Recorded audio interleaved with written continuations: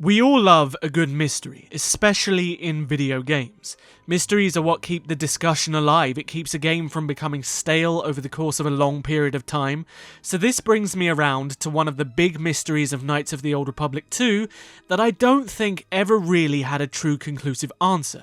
It's just one of those things that's always been a head-scratcher for nearly 20 years. And that is, how did Kreia find the Jedi Exile before KOTOR 2, or rather the more common question, how did Kreia find the Ebon Hawk? I haven't quite decided yet which question I want to put into the title, so I'm going to pose both of them to you. I guarantee no matter how hard you look, there's no answer that's truly conclusive here. It's almost like the mystery is an intricate puzzle that you have to find to piece together to paint the full picture. Now look, people have been discussing this mystery for years. I'm not saying I'm going to come in right now with a super theory that's going to blow it all open. However, what I want to do in this video is to give you the puzzle pieces that I acquired and to paint the picture for you that I've painted for myself to help answer this. And there are some parts of this that are entirely conjecture on my part because we have limited information. It is simply forming my own opinion from my own perspective and from playing the game and learning about it. And there are many factors that contradict other factors, so bear with me because we're going to go on a wild ride with this one. When it comes to this question, there are a number of factors, like I said, that we have to take into consideration. Those are the Jedi Exile, Kreia, Atris, the Harbinger, T3M4, the HK50, and Darth Sion. Firstly, we have to dial it all the way back just before the events of Knights of the Old Republic 2 and ask ourselves a different question. Where exactly were each of these characters in this space of time and what were they doing? So let's start this off with Kreia and to some extent Atris, and for me this is quite possibly the most important part of the puzzle. As we know, Kreia is currently an exiled wanderer. She's been exiled from both the Jedi and the Sith, so what exactly is she trying to do in this moment? Well, that's just it. We don't know. On the flip side, what is Atris trying to do? She is trying to rebuild the Jedi Order on the Teal'Osian Jedi Academy, and she is studying Sith holocrons to do this. Now, a very interesting thing to note here is that not only is she studying Sith holocrons, she is studying Darth Treyarch's holocrons, and we know this because Kreia herself tells Atris that they are hers. How does Atris have Darth Treyarch's Sith holocrons, and why isn't Kreia surprised that she had them? Keep this in mind. If we skip to the end of the game pretty much, there is a very interesting bit of dialogue where Kreia states that she was the one to whisper in Atris' ear to have the Jedi Exile exiled. For most people, this bit of dialogue is confusing because it doesn't really meld with the knowledge that we've been given in other instances of the game. To many people, this is just a bit of throwaway dialogue that was included into the game that didn't really add up, but I think it might. We know that Kreia is a manipulator. We know that Kreia had an extremely adept ability to conceal herself from those who use the Force. We know that she planned ahead, and we know that Kreia was kind of twisting Atris into becoming the next Darth Treyarch should she fail. Now, Kreia goes on to say later in the game that she didn't really know Atris, or at least not to the extent that she should have. But what if this is a fundamental lie?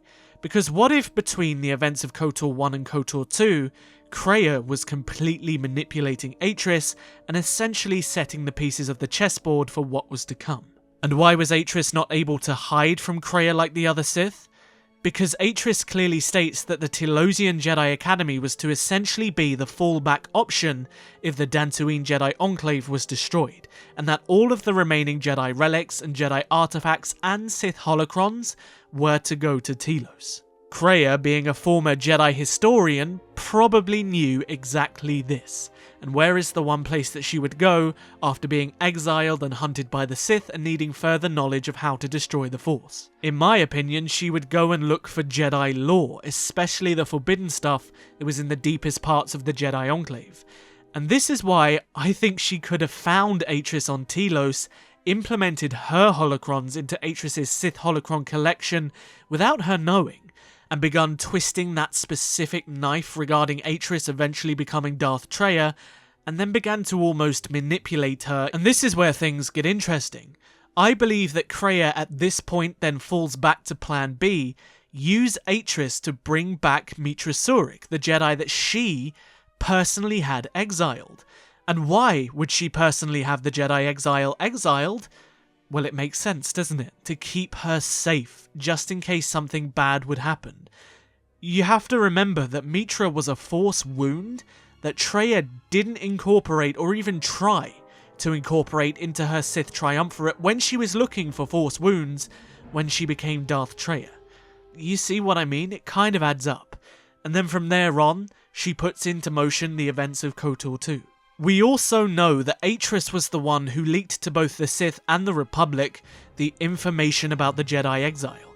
Atris says that she does this to lure out the Sith, but why would Atris personally need to do this? Because she had already done it at KOTOR and was forced to go into hiding because of it. And it makes me wonder, perhaps that Atris wasn't the one who actually did this, it was Kreia going through Atris to bring the Jedi Exile back into known space. But why would she try to get the Sith and the Republic to find the Jedi Exile? Well, perhaps it was to reveal the Sith to the Republic, and perhaps she wanted to create a false coincidence. Who knows?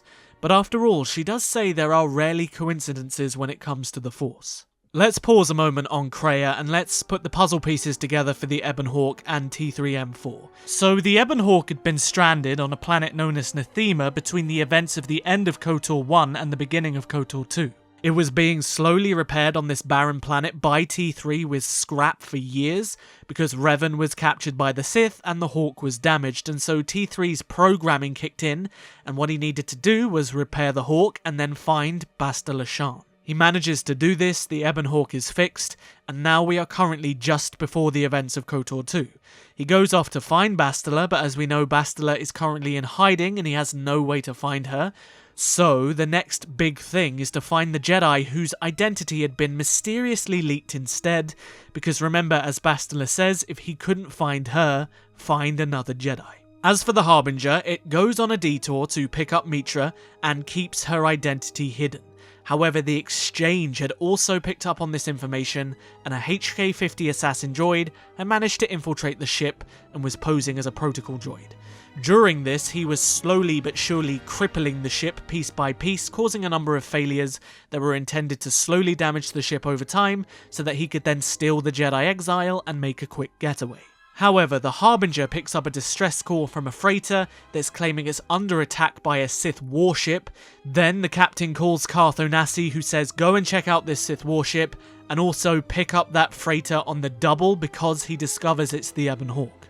When the Harbinger gets the Ebon Hawk, there is nothing on it besides T3, and there's also nothing on the Sith warship either, besides the decaying corpse of the one and only Darth Sion, who they believe is either dead or going to die, so they put him in the medical bay. There is no mention of any body on the Hawk besides T3, and the invisible Sith assassins presumably get onto the Harbinger by going invisible and simply jumping from the warship to the Harbinger. However, there is one slight piece of dialogue where the medical officer claims that everybody on board of the Ebon Hawk is dead, so keep that in mind. The HK-50, who is a little bit concerned at this point, overdoses the Jedi Exile with a sedative and puts her to sleep, and then he locks her inside of a cargo hold on the Harbinger, and he decides to go out and further cripple the ship. This is where things get really shaky, because there are three widely considered theories here. The first theory is that Kreia found the Ebon Hawk somehow prior to these events. I don't have an answer for this, nobody does, and then she took it over. However, she was then intercepted by the warship and she sent out a distress signal to the Harbinger. She then cloaks herself in the Force to play dead much like she does in Paragus, and as such all they found was T3M4, and as I mentioned earlier, the medical officer claims that everyone is dead, so maybe this is a nod to the fact that she's talking about Kreia's corpse. The second theory is that Kreia boarded the Harbinger first, and it was truly coincidental that the Sith happened to attack the Ebon Hawk, and then she simply got the Exile and jumped on the Hawk and made a break for it. But I don't like this one. And the last big theory is that Kreia came separately after the Ebon Hawk was captured on a separate vessel. Now, Kreia being on the Ebon Hawk from the very beginning, or coming in afterwards on a separate ship, are the only two theories that I think can be considered here. She actually goes on to say that when she intercepted the Harbinger, it was crippled and drifting in space. Now, crippled and drifting is quite a big statement. The HK-50 assassin droid does go on to say that he caused a number of cascade failures such as communications issues, but he never suggests that the ship was crippled and drifting. And as a matter of fact, if it was crippled and drifting, it wouldn't have been able to make the detour to go and find the Sith warship and the Ebon Hawk. And it's for this reason that I believe that she came in after on a completely separate ship and wasn't expecting the Ebon Hawk to be there at all. Now this leads me back to my original point. Again, as I mentioned, it's conjecture. But why would she use Atris to leak information about the Jedi Exile to both the Sith and the Republic? Well, I think she intended for the Republic and the Sith to come to blows with one another, and then she was going to swoop in, take the Exile, and leave. This would then allow her to create a narrative of coincidence. Not only would she get the Jedi Exile, she would have caused damage to the Sith, she would have mobilized the Republic into some kind of defensive formation, now knowing the Sith had returned, again setting the pieces of the chessboard into position on every single side. But there was two things that she didn't take into account when she arrived on the Harbinger: the exchange and Revan's ship. So from here on, what I believe may have happened is that Darth Sion awakens when Kreia boards because he senses a threat, and then all hell breaks loose on the whole ship. Kreia finds the Exile in the hold, as she says, drags her or carries her all the way back to the Ebon Hawk with the help of an astromech droid called 3CFD, but they are intercepted by the HK-50. 3CFD is damaged just as they get on board, and Kreia somehow traps the assassin droid in the cargo hold, where we can then hear him banging during the prologue, and then she is rendered unconscious after the Sith take control of the Harbinger and begin shooting at the Ebon Hawk, almost destroying it. And then voila! KOTOR 2 begins. This is how I think that maybe the entire scenario before the events of the game plays out. As I mentioned, much of this is conjecture on my part and just putting together puzzle pieces and trying to create a picture that doesn't have a definitive image, but just to add a little bit more fuel to the fire on my theory that maybe Kreia was controlling Atris all along, is that after the events of Paragus, Kreia is extremely pushy on going to Telos. She likes to say that maybe it was the will of the Force, but we know that Kreia hates the will of the Force. So I think this is actually her again trying to move the pieces of the chessboard into place, and so the Exile ends up meeting Atris, and Atris ends up meeting the Exile, and the cogs begin to turn, and the motion of events that she set up begin to play out. This would be that extremely important moment in Mitra's journey, coming face to face with her past. And it would also be a very important moment in Atris's descent. But at the end of the day, this is just a theory. A KOTOR theory. No? Okay.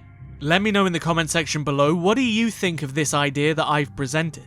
I have never seen this theory brought up on the internet at all, so I'm interested in knowing what you think about it, and also if you have a theory on how Kreia found the Exile on the Ebon Hawk, tell me, because I'm super interested to see what you guys think. As always, if you enjoyed the video, don't forget to hit the like button to tell YouTube that you had a phenomenal time, and if you haven't, perhaps consider subscribing to join the biggest growing Knights of the Old Republic community on YouTube. I'll see you guys in the next video. But until then, may the Force be with you. Always.